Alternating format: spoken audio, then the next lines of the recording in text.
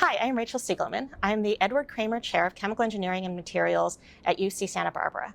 I'm thrilled to have been awarded the Andreas Acrivos Award for Professional Progress. This is particularly important to me because Andy was one of the first people I met as a junior faculty member at Berkeley when he was on sabbatical in the spring of 2004. He gave me some wonderful advice at the time.